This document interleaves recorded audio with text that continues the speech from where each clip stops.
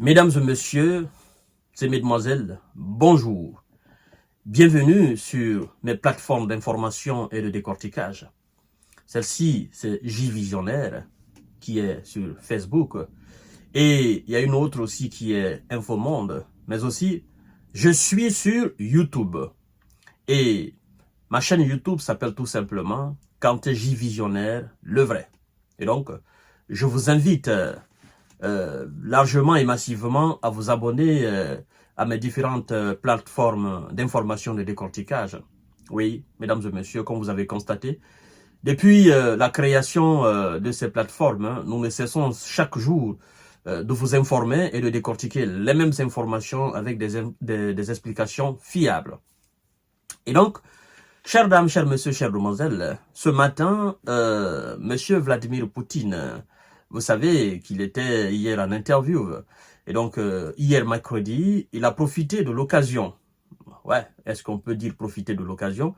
De toutes les façons, il a profité de cette interview et envoyé un message d'avertissement à ceux qui sont aujourd'hui très chauds à l'autorisation de l'Ukraine, n'est-ce pas, d'utiliser leurs armes, je veux parler des Occidentaux, leurs armes contre des cibles sur le territoire russe. Vous savez, moi je veux dire à tous les futurs adversaires de la Russie, qu'ils soient sur le continent asiatique ou du continent africain ou du continent américain ou européen, j'ai un message très important pour vous. Avant d'abord que je ne touche ce sujet-là, c'est très important de savoir. Vous savez, mesdames et messieurs, la Russie, c'est pas un petit pays. En termes de superficie, en termes de démographie, en termes de moyens, c'est-à-dire de ressources naturelles, l'argent, il y en a en Russie. Vous comprenez? Il y a le pétrole, il y a le gaz, il y a l'uranium, il y a tout ce que vous pouvez imaginer en Russie. Et je crois d'ailleurs qu'il y a des ressources qui ne sont pas encore explorées vers la Sibérie, voilà, dans ces régions vraiment glaciales. La Russie a d'immenses ressources du sol et du sous-sol. Donc ça ne manque pas. Et quand on a d'immenses ressources du sol et du sous-sol, et qu'on a la connaissance de les exploiter, n'est-ce pas, de les transformer et de les vendre, ça fait triple ou quadruple richesse. Parce qu'il y en a qui ont les ressources naturelles, mais n'ont pas la connaissance. Il y en a qui ont la connaissance, mais n'ont pas les ressources du sol et du sous-sol. Vous comprenez?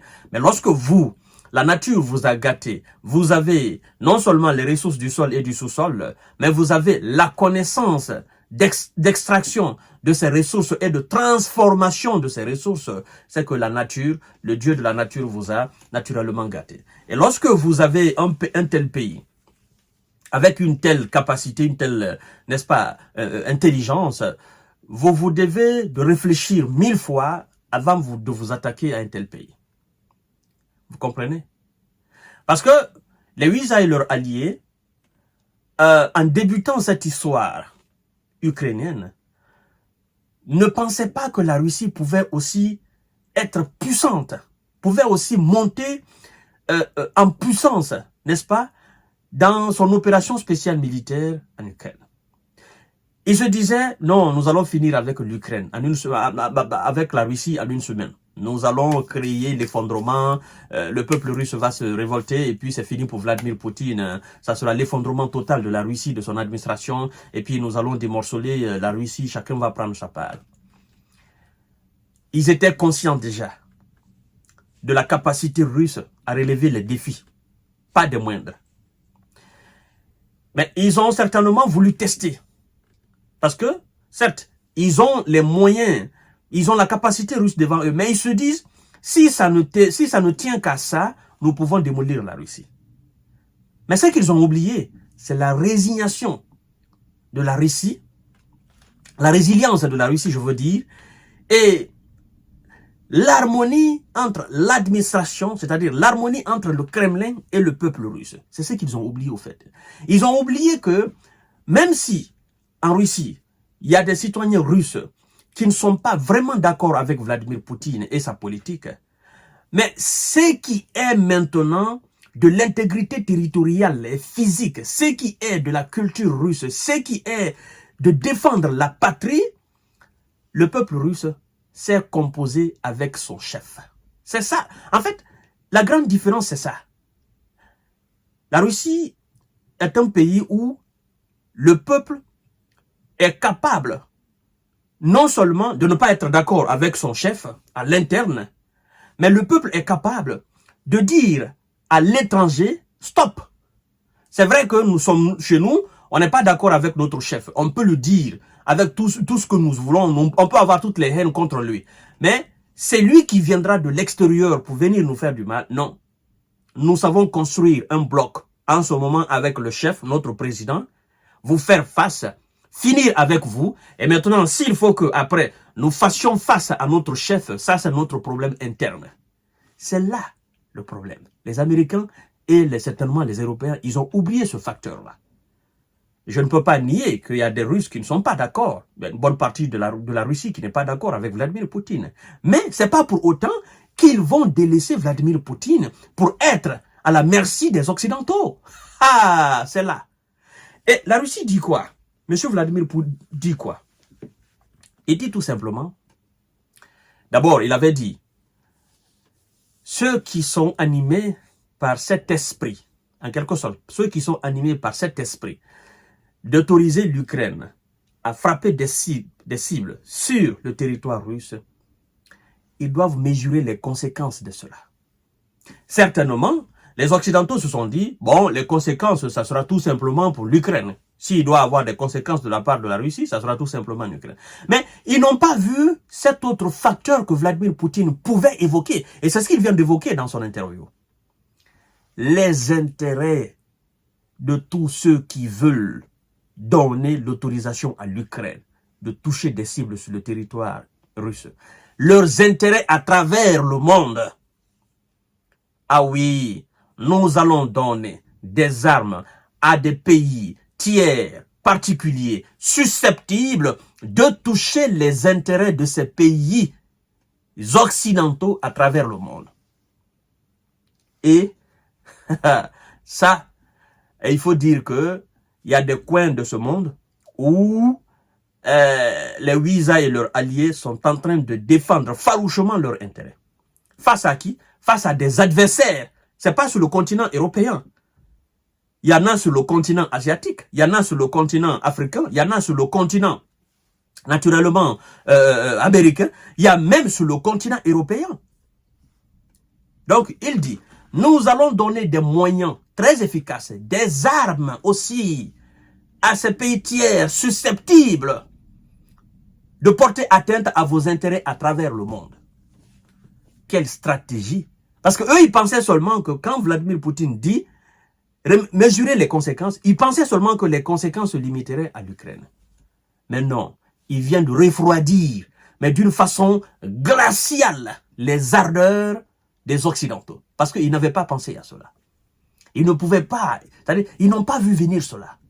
Ah, donc, ça veut dire, même en Moyen-Orient, ah, vous voyez, et Dieu seul sait, c'est que les États-Unis défendent en Moyen-Orient. Dieu seul sait. Alors, mesdames et messieurs, Vladimir Poutine, c'est un ancien de la vieille école. On vous dit, c'est un ancien de l'organisation la plus sophistiquée, disons, de la Russie. KGB. Donc, il connaît parfaitement la politique. Il connaît parfaitement la géopolitique. Il connaît parfaitement la géostratégie. Et il sait à quoi les Américains et les Européens jouent. Il sait. Il sait aussi comment il faut les prendre. Il sait comment il faut les piéger. Il sait comment il faut les calmer. Poutine est un astre. Vous voyez? Au lieu que ça ne se limite maintenant en Ukraine, ça va toucher le monde entier. Et d'ailleurs, il avait dit, nous allons combattre tous les vestiges de la domination occidentale et américaine. Il est en train de le faire diplomatiquement, à travers l'offensive de son ministre des Affaires étrangères, Sergei Lavrov. Et maintenant, s'il entame, à travers aussi la conquête militaire dans le monde entier, Ah, mesdames et messieurs, ceux qui pensaient que c'était justement une histoire ukrainienne se trompaient. Je vous ai dit, si on ne fait pas attention, cette histoire risque de prendre le monde entier. Oui, ça risque de prendre le monde entier et c'est ce qui est en train de se passer là. Vladimir Poutine, alors, il étend la chose. Vous voulez toucher la Russie? D'accord. Moi aussi, je veux toucher partout où vous vous trouvez à travers le monde. Partout où vous défendez vos intérêts, je vais aussi toucher là-bas. Puisque vous voulez faire croire que c'est l'Ukraine, d'accord, on va voir. On va voir, continuez à le faire. On va voir. Vous pensez que moi je suis bête, moi je suis plus intelligent que vous, mais juste que je suis très patient, je vous observe. Tel un père qui observe ses enfants jouer dans la boue. Alors mesdames et messieurs, la sauce devient très bonne. Et donc, je crois que les Européens et leurs maîtres américains vont réfléchir 1000 fois avant de donner l'autorisation. Ils vont réfléchir. Ils vont réfléchir parce que je connais des intérêts occidentaux dans un certain nombre de coins dans ce monde-là. La Russie, Vladimir Poutine les connaît. Et il sait qu'en donnant des armes de haute précision à ces gens, ça risque de péter, mesdames et messieurs. Alors, à tout à l'heure pour notre série d'informations de décortiquage. Partagez la vidéo dans tous les groupes possibles. Et puis, nous allons continuer des émissions. Continuez aussi à vous abonner sur ma chaîne YouTube, Kanté J Visionnaire, le vrai. Merci beaucoup et très belle journée de jeudi à vous.